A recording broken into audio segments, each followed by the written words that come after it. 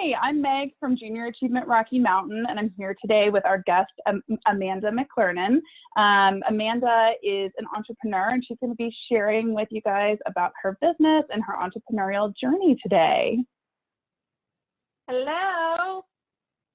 I am excited to be here.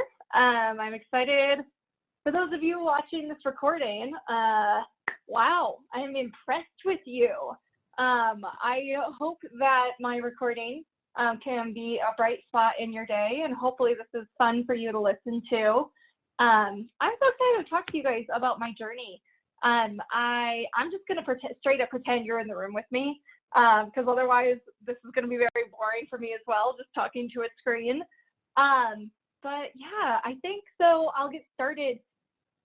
Before I get started, I'll show you a little bit about like what I do today, so you guys have this idea as I'm running with my background, because we're going to get into the background and my whole entrepreneurial journey. But today, I'll share my screen here. I own McLernon & Co. And McLernon & Co. is a social media agency, and we exist because there was a huge gap in the market. I started the business about 4 years ago, and there was a big gap in terms of what people were doing around social media. I grew up on social media. I grew up in love with social media, but I also grew up with a lot of people who did not necessarily grow up on social media, or they were not digital native. They learned about digital late in life. So my knowledge of social media came in really handy. I saw an opportunity to make a very legitimate business, and I ran with it. So our whole mission, our mantra, the business's reason for existing and my reason for kind of existing, if you will, is to keep social media social. And trust me, we will get into that and what that means, but I'm going to do that a little bit later. I just kind of want to get you guys an understanding of what the business looks like, and then I'm going to go into my background. So this is our website. We offer social media services for brands and businesses all over the country and all over the world. We do creative content, we do blog content, we do influencer marketing, we do paid advertising. So just all sorts of different social media services, just depending on what that business or brand really needs, we find the right package for them. So that's enough about me there for a minute. But at least you kind of have an idea of what is this. Now let's go a little bit into my background. Okay, the first thing that you might notice is that, like, oh, this woman likes to present. My background, oh gosh, I love to speak. I really, really, really enjoy public speaking. I was in speaking competitions from a very young age.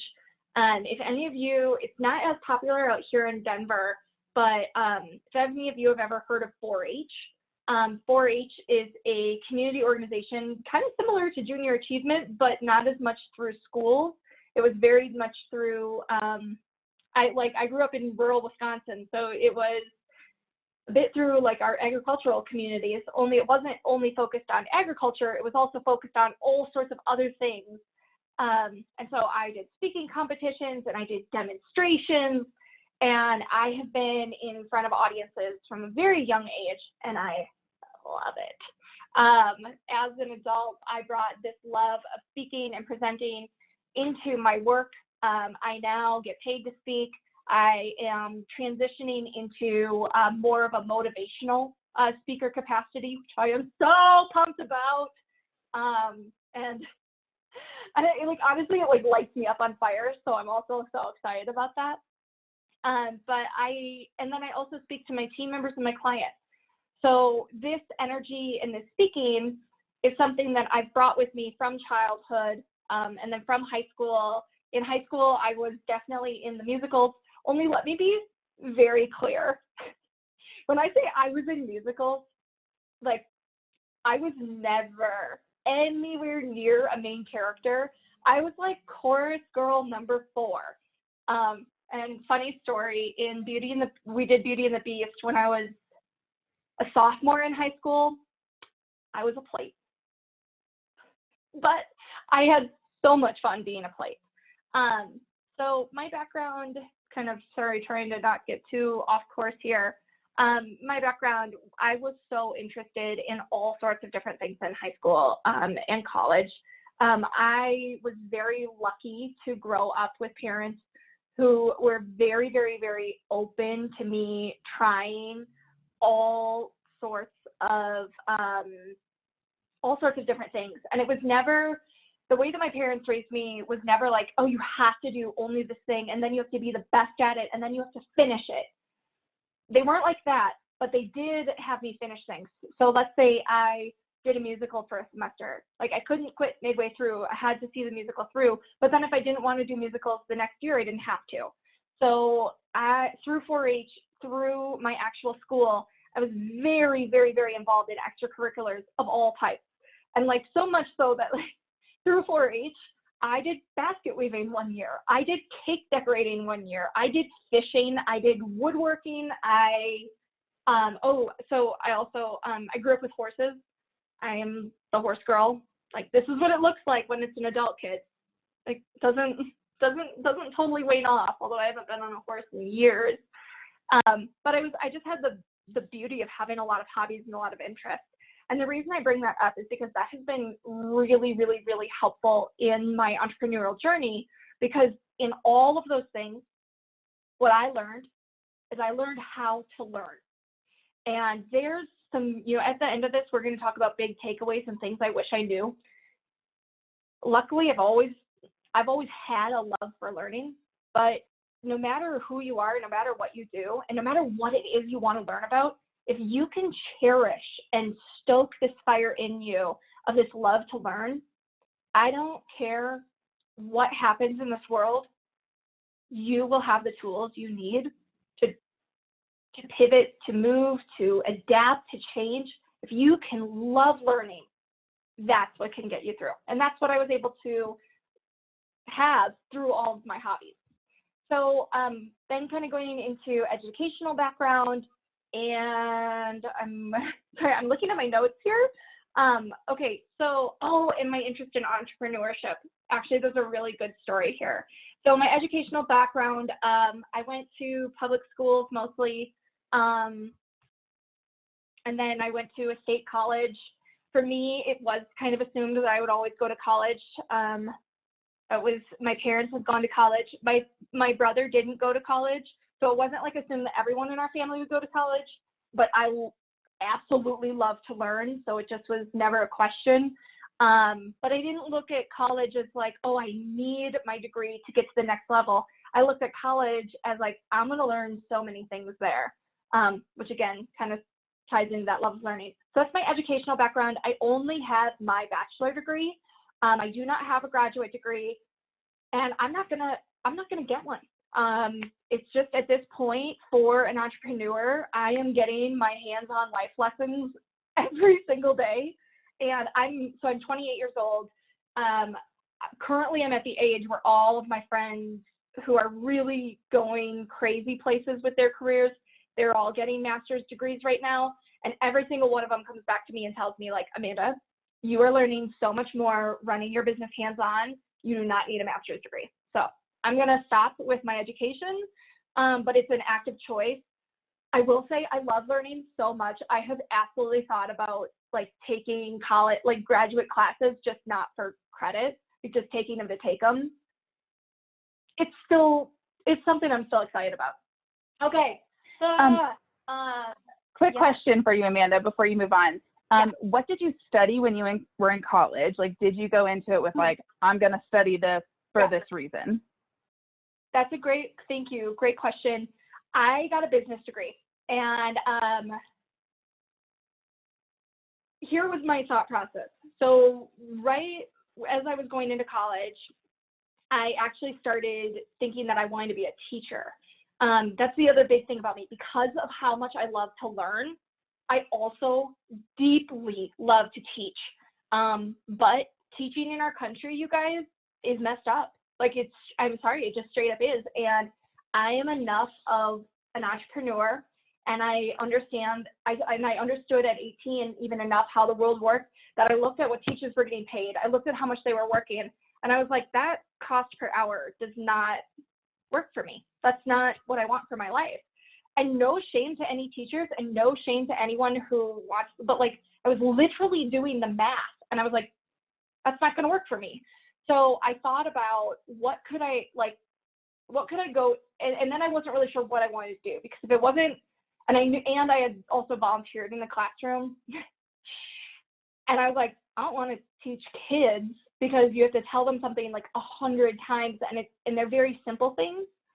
So then I realized what I love to teach. I love to teach adults. And then I realized, okay, well, so part of me was thinking about psychology, because again, when you love to learn, that wait until you get to learn about the brain. Like learning about the brain, oh, so good. But then I was like, that puts me in a potentially narrow field. Well, if I get a business degree, I can do whatever I want. So I got a business degree because I figured it was the least limiting degree that I could get, and I could go somewhere with it. But in college, I never thought I was going to be an entrepreneur, which is really funny because I started my first business when I was 7 years old. I just never realized I started a business. So rewind to Amanda, 7 years old. Like I said, I grew up in rural Wisconsin. I grew up with horses. My mom and I had one horse that we shared when I was little. And because I loved learning, I was starting to learn about horses and about how horses had babies. And I was like, I want a baby horse.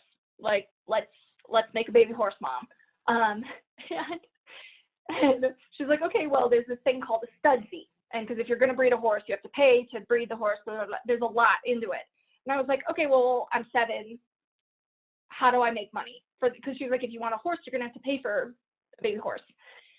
I was like, that seems fair. How do I make money? And we grew up we call it like a farmette. It only had horses, sometimes geese, but like it wasn't farm, if that makes sense. But we had a garden and we had raspberries in the garden. And my mom was like, well, we can optimize our garden to make better rows, get more raspberries, and you can sell these and make money. And I was like, yep, I'm in. So I don't even know what year that was, but that's when I was 7 years old. Around 1990, I started Razzle Dazzle Raspberries. And I still, like, by the way, as an adult, I went back and I own that URL. Like, I don't know what's going to happen there exactly, but just in case Razzle Dazzle Raspberries ever wants to make a comeback. But we had cute little aprons. I say we, because my girlfriend up the street also, or my little friend, she also had a garden. And so we would pick raspberries together. We would do our little aprons, so we would decorate our little baskets, and then we would sell them. And so I would go door to door, cold knocking to sell raspberries. And we did do a couple farmers markets, but they weren't actually worth the cost and the time and the effort. I sold better if I, number one, just put up a stand on the side of the road, or if I went knocking door to door. And so that first year, I made more than enough money for my horse, and I started doing it every single year. By the time I was 16, I had a traditional job, because I've had a traditional job since I was 14. But then by the time I was 16, I was like, well, I can sell these wholesale and make killer money just like that. And so I started selling all my raspberries wholesale to a local market. So that was my first dip my toe into my entrepreneurial life. But the funny thing is like, I swear to God, I did not that. It was so natural to me. That wasn't like a big point in my life until someone asked me about my first business. And I was like, oh, well, McLernon & Co. is my first business. And my mom was like, no, you did Razzle Dazzle Raspberries, don't you remember? And she came up with this cute photo, and I was like, oh my gosh, that was I'm an entrepreneur. Look at that. Oh, sorry, this is challenging to talk like this. It's like a monologue. All about yourself. Yeah. Okay. okay, so that's kind of that's my entrepreneurial background. So then, okay, let's talk a little bit about my career. And I have had other jobs because, again, when I was graduating college, like I had friends who were like, I'm gonna be an entrepreneur, I'm gonna start my own business, and I was like, that's cool, like that's super great. I wanted a job. So I got my start when I was in college. So first I worked all through school, all through high school. I worked at the Buckle. That's where I really got my start. The Buckle gave us base plus commission. And so that's where I also got to start to understand how much I love commission, because you get paid more the harder and better you work. That works for me. I like that. So, because I work really, really hard. So I worked at the Buckle from age 17 to probably 23, on and off through different seasons. But then also when I was in college, my junior and senior year of college, I was a marketing intern for USAA in their strategy department down in San Antonio, Texas. That was really helpful because it showed me what I absolutely did not want to do in life, which was sit behind a computer and work in Excel and do data my whole life. Now, don't get me wrong, it was so cool. And the people who do that, like marketing strategists, like true data, oh my God, it's fascinating. And it gave me such a good base for even being a business owner to understand how data is collected, then how you not manipulate in the bad word, but like manipulate data, and then how you read reports with data, and then what's missing in different reports. Like, it taught me a lot, but I hated it. So right after college, I graduated in January. So I graduated college half a semester early. I also graduated high school half a semester early, just because I was ready. Like I was chomping at the bit. That's a horse term for you. So then after college, I actually freaked out a little, because I really thought, this is an interesting point. I'm going to slow down here because I have an interesting point to make here. While I can say right now, I didn't want that job, that was not how I felt then. And I fully expected to get a job offer from them, and I didn't.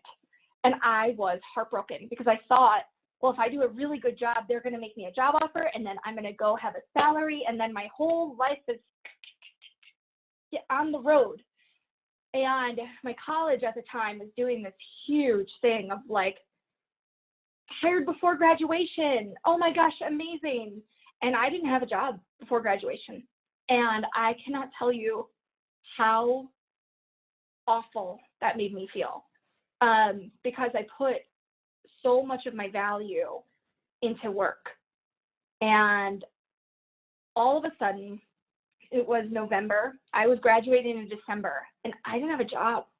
And I was honestly, like, I'm a kind of a type A person. I'm a high performer. I was freaking out a little. So I started talking to friends. I asked around. Everyone who talked to me said, like, you're going to be successful. You're going to be fine. And I'm also the type of person where my GPA, it was good, but it wasn't like wild. Do you know what I mean? And I don't remember what it is now. And that is the truth, kids. Like, after you get your first job, your GPA does not matter. And I only say that to these students, not to discourage you not to have a good GPA. You should. Like, it feels good. Like, it feels good to you. But, like, don't let it dictate your entire life, because that's what I did for a little while. And I killed myself my final few semesters of college to get, like, as close to a 4.0 as I could. I know it comes easy to some people. I'm not a 4.0 student. I'm not. Like, even as you can probably tell here, I have gifts. They are not the gifts that some very studious, very regimented people have. That doesn't mean I'm not good at things, and that does not mean I'm not good at life. It's just different gifts. So anyway, I was freaking out that I did not have a job. And I was like, oh my gosh, I'm not successful. I'm not a good student. I'm not, and I was so mean to myself. that's not cool. Like, the earlier you can stop that negative self-talk, the better your life is going to be. And I've stopped it now. I deeply love myself now, but it took me years after college to figure this out. And so anyway, I finally got a job, but it was not a job I wanted, but I got it because it was a job. And I started my first job out of college, cold calling over 100 people a day, which, if you're familiar with cold calling, you pick up the phone and you straight up cold and you call someone and you are sitting from a sales perspective trying to get them to do something that you want them to do. But I didn't like the script. So I asked my boss and I was like, can I do this my way? Like, can I try? And he's like, if you get 5 sales, you can do this however you want. So I got 5 sales, just doing it the way they wanted me to. Here's the script. And I was like, okay, let's do this. So then when I could do it my own way, I used social media. This was back, social media was still new at this time. And I used social media to find out all sorts of information about the business I was going to be calling. So when I called, it wasn't like, hi, my name is Amanda, and blah, blah. I was like, hi, like, my name is Amanda. I saw your most recent Facebook post. Like, our company does some digital. I liked this about your post, but it was missing this. Can we have a conversation about this? And then I yes. And so I did a really good job with that company, and that was awesome. So I was promoted into outside sales. I got to move anywhere in the country I wanted to move. I decided to move to Reno, Nevada. That's random. The reason I decided to move to Reno is at the time I had been dating someone. I was very sick of long distance, and my whole goal after college was just to move around the country. I had already moved to San Antonio, and I missed a step there, but I'd already moved to Phoenix, Arizona. And I was like, I'm already on the West Coast. Let's go to Reno. Because Reno took me closer to San Francisco. Reno took me closer to Las Vegas. Reno just took me wherever I want to go. So I went to Reno and I did outside sales, and I was there for a year and a half. And then I got headhunted to a local agency. And I really was excited about that job. But it was a local company, small business, very different than corporate. And I had been working for pretty corporate companies. I had been working for companies with a lot of checks and balances with HR. And this new company was very different because it was a small business and there were not as many rules. And I had to kind of figure out my role and my job and my success and all of this. And one day I lost my job again. And it was absolutely devastating. It was what I had thought was my dream job. It was, when I lost it, it came out of the blue. There was no warning. There was no nothing. And I had put so much of my self-worth into that job that I was pretty traumatized when that happened. It was a big loss for me, and I didn't know what to do. So I went to Burning Man, and at Burning Man, I kind of learned more about loving myself, and I was starting my journey. And that's where everyone who met me is like, why are you not doing something on your own? And I was like, I don't know, I'm afraid, where am I gonna, they're like, you know how to sell, you know how to do social media, you know how to do all this stuff, put it all together and do it. And I was like, okay, I can do that. And so I did. And 3 months after that, all of a sudden I had monthly revenue that was looking good, great. I had no idea what I was doing, but I don't want to say it, I didn't care. I was trying to check all the right legal boxes and jump through the hoops and get things set up. And by 6 months in, I had my first employee. By a year in, I had my first 3 employees, and we were off to the races. That was almost 4 years ago now. So from Reno, I moved to Denver, and I'm home. This is where I'm choosing for home to be for me. This is where I want to buy a home someday. this is my place. And yeah, sorry, I really went on a monologue there again because this was challenging, but all of those jobs taught me integral skills. The cold calling was one of the best things I've ever learned in my life, because even though, and I will say it's a skill that's a bit outdated right now, but it's not, because what it taught me was confidence, and what it taught me was also how to open a conversation with someone that you have very little in common with. So you have to find commonalities, you have to break through, and once you do, success is on the other end. So, I mean, cold calling. Kind of like networking boot camp. Yeah, absolutely. Like network training to the extreme. You know, and something about your journey that really strikes me is, I think as an entrepreneur, you know, promoting your business is so much about promoting yourself as that business owner and having confidence in who you are and what you've created. And it sounds like that was a huge part of your journey and kind of discovering that that was the right route for you. Yeah, it is a huge part, and it still is, because I'll tell you, in order to promote your company, you do have to be comfortable with it being yours and you being the leader of that. And at the same time, so that's, you know, you do need the confidence to get there. But I will also say this is where I also kind of went wrong, and I want to kind of pivot that into where we are now with McLernon & Co. and some of the realizations I've had about the last 4 years. I tied my entire identity to my company, my entire identity. And I will say, and I can say this now, I look back at the last 4 years, and from 2016 to 2019, I was in a pretty deep depression. And I hid it from the world, from myself. I didn't allow myself to feel it until about 2018, 2019. And I threw myself into the business, and I threw the business successes into almost proving that I was the Amanda McLernon that I wanted to be, because inside I wasn't. Inside I hurt really bad. And why? Like, you know, I'm sure it was triggered by, you know, those job loss. I'm sure it was triggered by me caring what people thought about me. But ultimately, it then spiraled into, I was never living up to my own expectations. And I want to say this especially to the people, to the junior achievement listeners, like the students, you guys, as high performers, we can be really, really hard on ourselves. We don't need the outside world to be hard on ourselves, because we are hard enough. But there comes a point where that is not healthy, and it's not kind.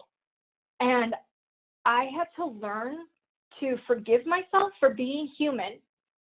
And then I had to learn to love myself exactly as I was today, exactly as my revenue is today, exactly as my leadership and my management skills are today. Because trust me, there's always something you can fix. There's 100 things I can fix in my business. There's 100 things I could try to fix about my leadership style. There's 100 things I could fix about myself. And don't get me wrong, because I am a high achiever, I'm always striving to be better. But I learned in my entrepreneurial journey how to deeply love and accept myself as I am in the moment. Oh, and that made a world of difference. And I will say, looking back, I got too wrapped up. I think we really love to, how do I explain this?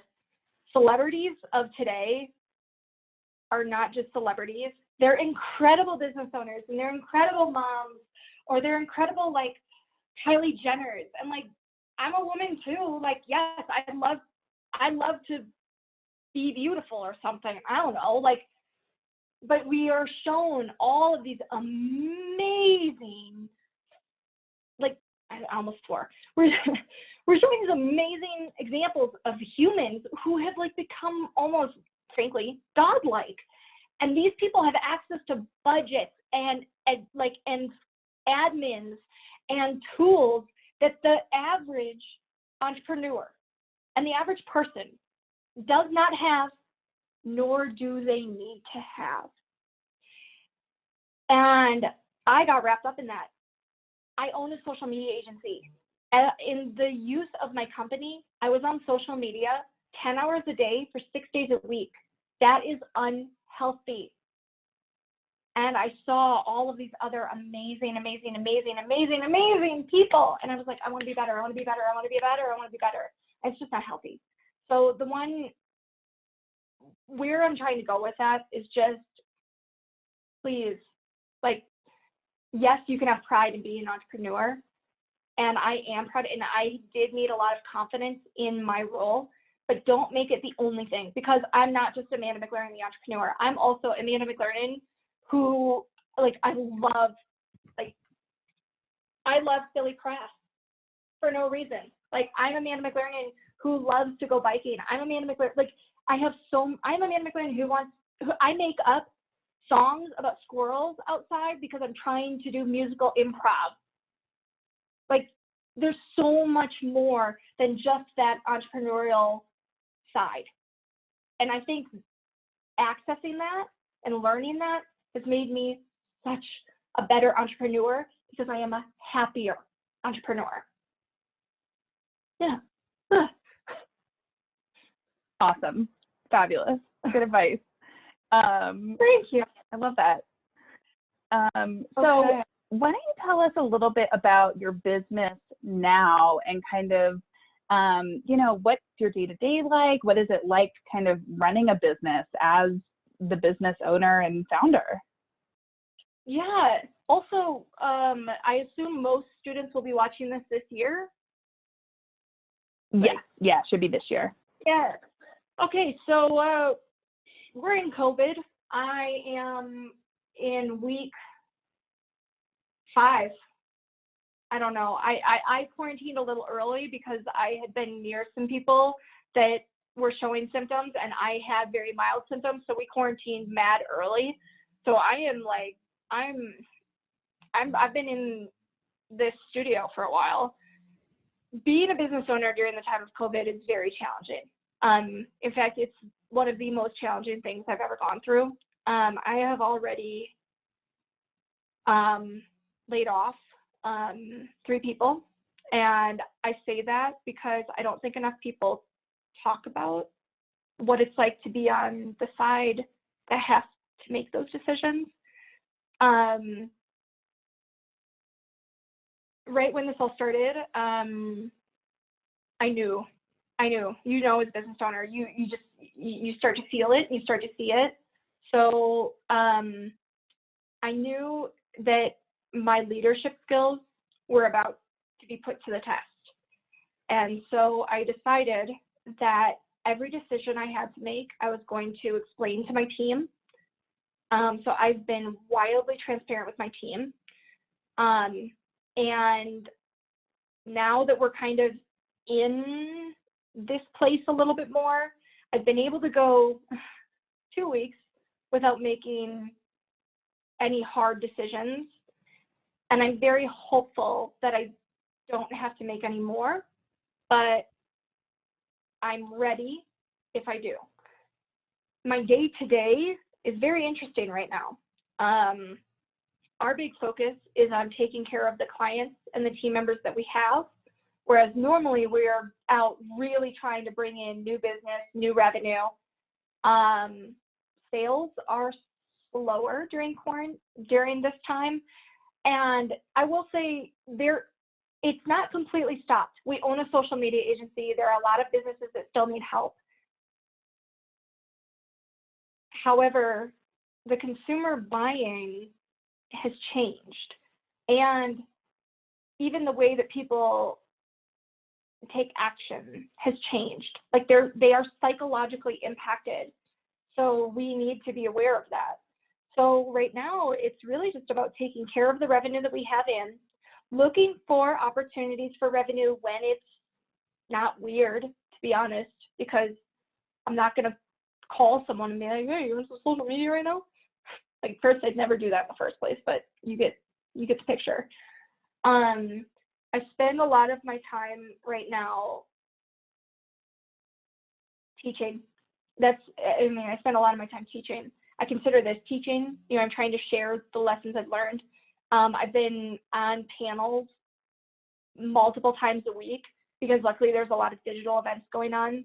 I'm taking this time to slow down in our business and look at what areas weren't working as well as we wanted them to, and to teach my team and also to work together to fix those. So while this has been a challenge, and as a leader, I have had to make very challenging decisions, it's also a gift, like this whole time, because normally my schedule and my day is like, I'm in back-to-back meetings from 7 a.m. to 8 p.m. most days, which is so obnoxious, and it doesn't allow me to do my best work. And now, because of quarantine and because of everything, my days are meeting free for the most part. I have time to do deep work.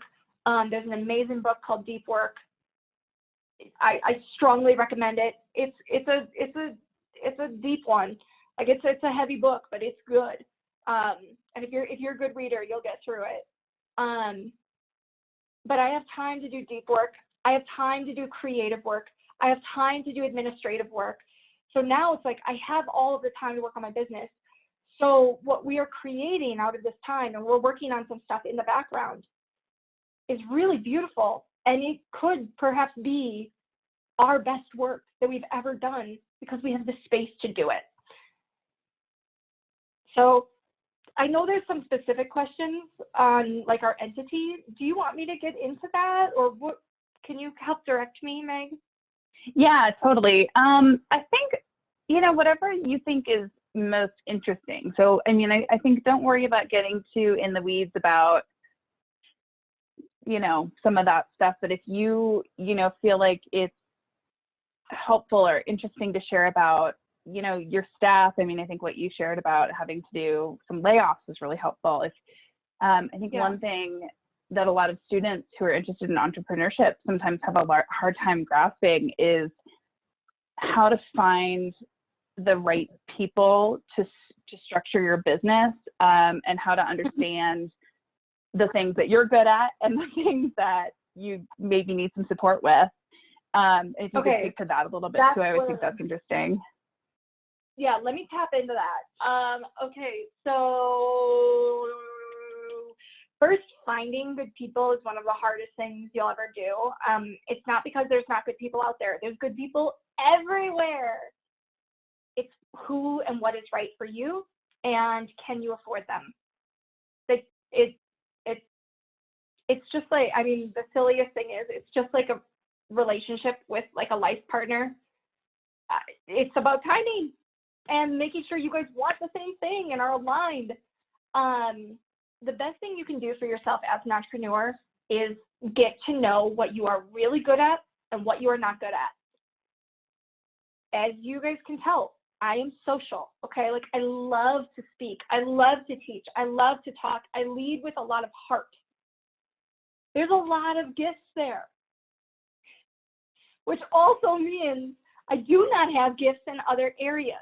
So when I look for people to come in and help me on the business, whether it be through an employee or through potential partnerships that I'm evaluating, I look for people who are strong at what I'm weak at. But the big timeout but is they also have to acknowledge and admire my strengths, because I don't care. And I've learned this the challenging way. If you have someone who doesn't necessarily see the strengths that you possess as strengths, first of all, that's a great way to know that you're not in, again, but going back to dating, not in the right relationship, and also not necessarily the strongest partnership or the strongest working relationship either, because what you bring to the table, those are gifts. Those are strengths. I don't care and it's okay if it makes you quirky. There's a reason that people joke about coders being very and that's a mass generalization. I know there's coders who are more social now, but there are some coders who are very happy being in their little space doing their thing. That's a gift. I couldn't do that. Do you know what I mean? So make sure you know your gifts, and then make sure that someone else who you might potentially want to work with sees those as gifts.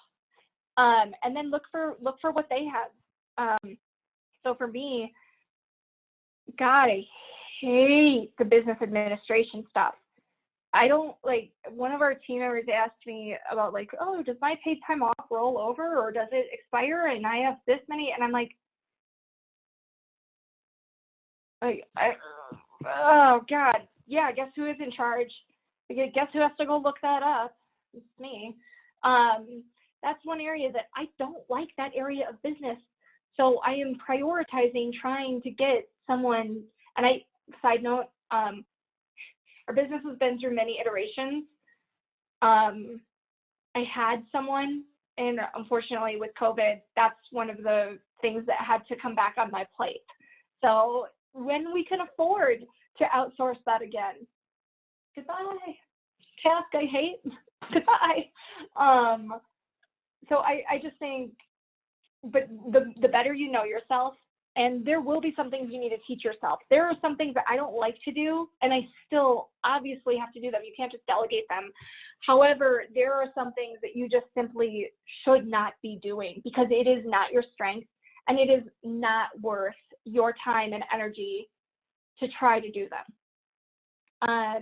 Yeah. The other thing, so I am bootstrapped. So that's an interesting, that's something that people have a lot of questions about. They're like, how did you get the money to start the business?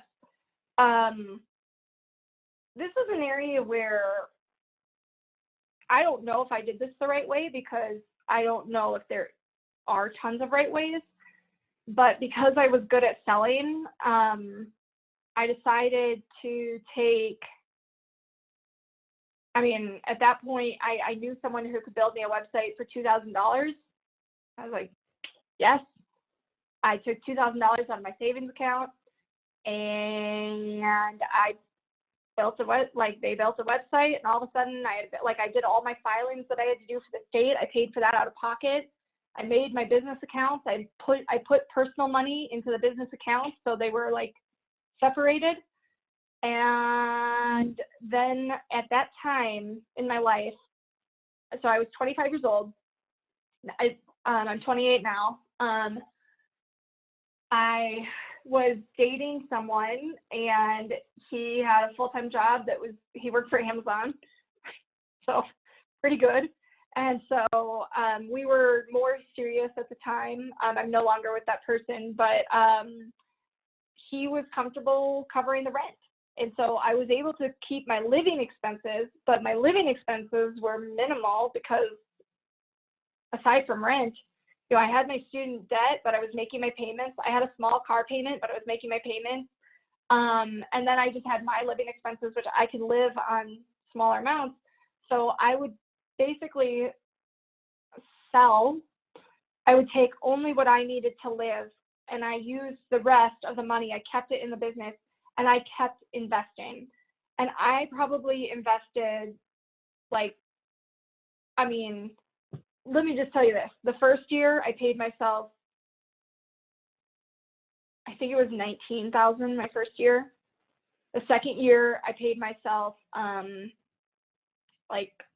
$35,000, and my third year I paid myself $55,000. This year before COVID, I was on track to do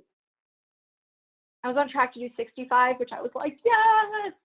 Because by the way, kids, this whole concept of getting rich really quickly, by the way, that's part of the reason I wanted to start the business is I was if you're making a true organization and you are bootstrapping very lovingly, this is not a short-term game. It's just not. And so just please know that, because I think I went into it a little more naive. And now I'm not so naive. But yeah, so I continually invest in the business by paying myself a little less. that's how I got the money to do stuff. So I earned it. I made it. I love it. I want to be mindful of your time. It's 2 right now. You still have time to chat a little bit more because I have a couple other questions that I think might be interesting. Yeah, cool. Yeah, go ahead. And so it's interesting. You mentioned, even bootstrapping and building it as like your own person and not being able to pay yourself very much. But you mentioned that even at that time, you put some of your money from your savings into a business account. And I'm curious about, did you establish an LLC at that time? Did you what did you think about when you were trying to decide how to protect yourself and kind of brand? Yeah. Okay. So LLC right from the start, in my opinion, there's no other way to go. If you're really trying to do business, let's do business.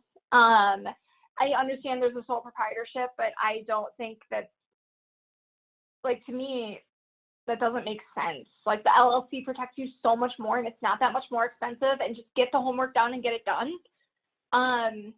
So I started an LLC around year 2. I had a tax person help me because we're now a full-blown S corp, and that's again still a little confusing to me. I'm not always the best in this area, but we did the S corp just for tax purposes because we were earning enough as a business that it mattered. But I didn't do that. I had a tax professional help me do that. So my mindset around this has always been, and even with the business and getting a bank account, do it right. Just do it right from the start. And there were a couple things I did not get right from the start. And I'm still to this day kind of cleaning it up a little, if you will. To the point where we're almost 4 years in, and there's still a few things I'm it's still wrong. And if I had just invested a little more money at the start, it would have been right. So do it right from the start. You won't have to do it over as much. That's awesome. Okay. And then I'm curious about, you've peppered these in a lot kind of as you were discussing, but are there any big, takeaways, things that you would do differently? Anything that you would invest, you talked about maybe investing maybe a little to your startup at certain points. What about time or education or anything like that? There are so many things I would do differently. But that's part of that. I think is both the blessing and the curse of being an entrepreneur. Is because of my love of learning, you learn quickly, and you change quickly, and you pivot quickly. But a couple things I would have done differently. Number one, read the book Profit First. Essentially, the concept is you don't have business, and that was something that I had 4 years ago. I would be a stronger financial leader for my business if we had done that. Just now doing that now, so now we're from, but that would have helped. I also did not hire the right people. I shouldn't say that. Let me retract that a little.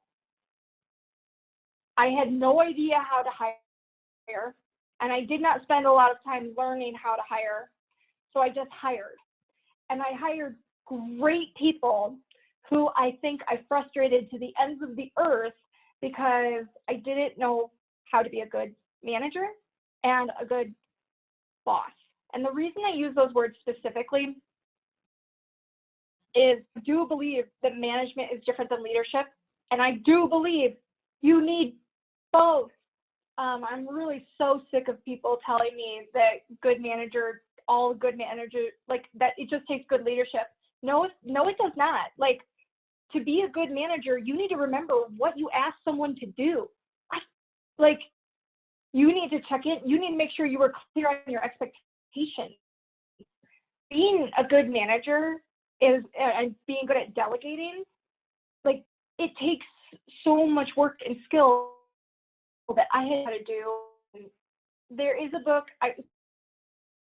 but I deeply wish someone had recommended these books to me when I was younger, because I've had them now for a couple, I've been doing this mix. The next, Radical Candor, is the book that I want everyone to read.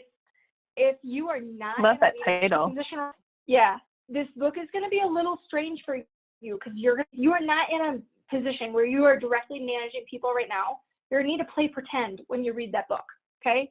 But by reading that book, it will also make you a better employee because you will understand how to receive feedback, which is one of the best lessons you can learn. I love feedback now. I deeply welcome and accept feedback because it's so helpful. So I think that if I had known how to be a better manager and if I had known how to hire better, oh my gosh, so many pain points would have been avoided. Other things I would have done differently. Those are the big ones. You know, a lot of the mistakes I made were mistakes out of naivety and mistakes out of just being confident enough to be able to try it. And I have this thing I say, and by the way, like if anyone like puts this on Instagram, like please tag me. But my mistakes are one of my biggest forms of my intellectual property. My mistakes are my IP. And my deepest lessons have come from my mistakes. So I have forgiven myself for those mistakes. I have forgiven my team. I have, when it's team mistakes, and I have so much gratitude for those mistakes because of what I learned. And now those are my IP, and I like that. I love that. My mistakes are my IP. Okay, and then any kind of parting thoughts, words of wisdom? Yes. Yeah. Okay, so the first thing is, I do want to encourage everyone to follow me on Instagram. My name is Amanda McLernon, and it's McLernon, because I deep dive a bit more of this into this on my Instagram. But my biggest takeaway is, you guys, in order to be really great entrepreneurs, the number one thing you have to learn to do first is to love yourself. And I know that sounds hippy-dippy. It's not. Because we are high achievers, we are very hard on ourselves. And it gets to a point where it's toxic and it's not healthy, and it can bring you to a pretty low place, which is exactly what I did to myself. If you can learn to love yourself, if you can learn to have the confidence that is more than surface deep, because I built confidence. I thought I had confidence. The confidence isn't just radiating confidence on the outside and then not loving yourself inside. True confidence is radiating it and deeply believing it in yourself. And in order to deeply love yourself, you have to forgive yourself. You cannot lay awake at night thinking about the mistakes or the embarrassing moments that you've had. You have to learn to let them go and to forgive yourself for being human. Whether you said something dumb or whether a negotiation, just whatever it is, whatever you don't like that you did in business that day, you have to forgive yourself on a daily basis and say, and I'm going to do better tomorrow. And you just have to keep that going. That is my number one takeaway lesson. If you can do that, not only will you be a good entrepreneur, you'll be a good person. And that's to me. I just want to be a good person. So. Fabulous. That was so great. Oh my gosh. Thanks. Kids are going to love that.